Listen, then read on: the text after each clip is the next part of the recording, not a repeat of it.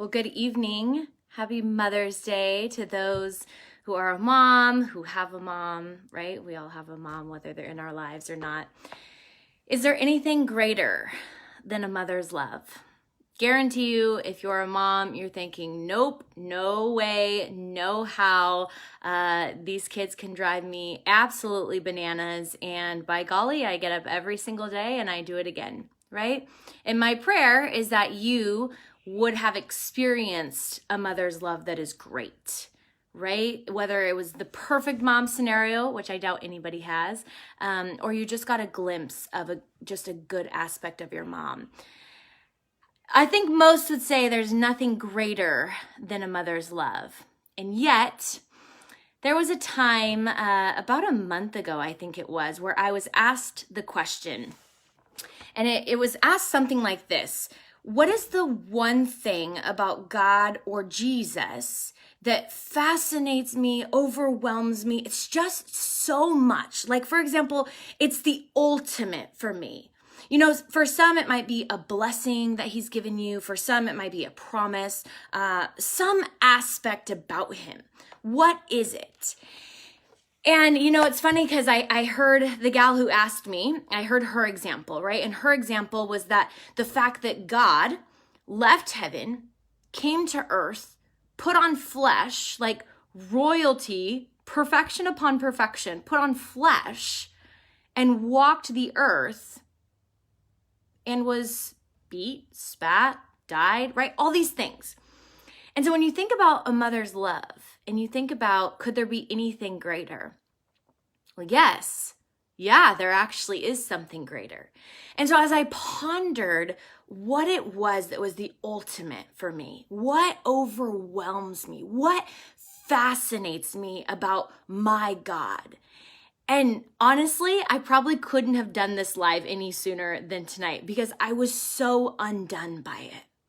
Now, I, for one, want to ask you the same question because just like it was asked to me, it brought me into such a newness of my relationship. It brought me, yes, to my knees, but in the best way. And you have to hold on to this because think about it this way. If all else fails, this one thing, this one aspect could bring you back to who you are in him, your mission, and your focus. And so as I sat there and pondered, okay, what is the one thing that overwhelms me? What fascinates me to no end? What just is the ultimate for me? Honestly, it's that he knew who I was. See, I can't even get through tonight without. It's the fact that he knew who I was, who I would be, and he still chose to create me. He still chose to make it happen. Because before the earth was even formed and created, he knew me. He knew my name. He knew when I would be born. He knew where I would mess up. He knew how badly I would fail. He knew how often I would try to do it on my own. He knew my weaknesses. He knew my downfalls. He knew my ugliest sin. And even still, before the foundation of the earth, he said, you know what? You know that girl? You know her? Yeah, you know the one that'll walk away. You know the one that'll do her own thing. You know the one that thinks she knows it all. And she's, you know, she's got this. You know her? I want to use her. I want to call her to myself. I want to use her in mighty ways. Because while she'll have times of walking away, I know, because he's God and he's sovereign, that she will come back. She will come back to me. And she will be undone before me. And her heart will cry out that I would show my glory in her home, in her city, in her state, in her nation, that I would flood the entire earth with my glory. I know she will walk away. I know she's so imperfect. I know her ugliest of ugly. But my goodness, I love her. I love her. I love her so much. I choose her. I see something in her. I see more in her than she'll ever see in herself. Like, isn't that amazing? Are you your own worst critic? I know I am. I know I'm not perfect. I know I've messed up. I know I've walked away. I know I've had dark seasons. I know I've disappointed him. And yet not only did he choose to continue and create me and make sure, but he chose to always pursue me. Is there any greater love than a mother's? Yeah.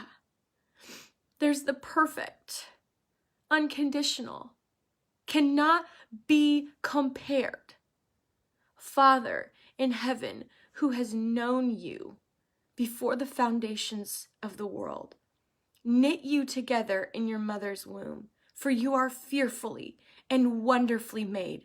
He sees you in your deepest, darkest place. He knows your ugliest sin. He knows how much you beat yourself up. He knows that while he sees so much that you can do for today, tomorrow, this earth, the kingdom, and you don't even believe it, and yet he's always trying to drop truth into your mind, love into your soul, his power into every single cell of your body. And so tonight, as you end your day, or maybe you're watching this in the morning, I pray that you would just ponder the thought. What is the one thing that overwhelms me about him? If you don't know him, reach out, because that's a whole different conversation. Oh my goodness, I got to minister to somebody who I've never met in my life this morning in Pennsylvania. I am so excited for what the Lord is going to do in her life. I fully expect testimony to spring forth. I cannot wait for her continued story. But here's the thing. In a broken, desperate state, the Lord does not want you to stay there. In the saddest hour, the Lord wants to give you joy. In your weakest moment, the Lord wants to breathe strength all over you. He is a good, good Father. Whether you had an amazing mom or you had an amazing dad, or one or the other, or it doesn't matter. I need you to think of the moment you felt the most loved. Whether it was a mom, a dad, a spouse, a sibling, the most loved. I need you to get there. I need you to get there. And I need you to recognize that he loves you way more than that one moment you experienced the best love that you've ever experienced on this earth. There is something even greater than a mother's love. Yes, she chose you to carry you, or she chose to carry you for 7 months, 8 months, 9 months, right? 10 months. Yes, she chose to give you life on this earth.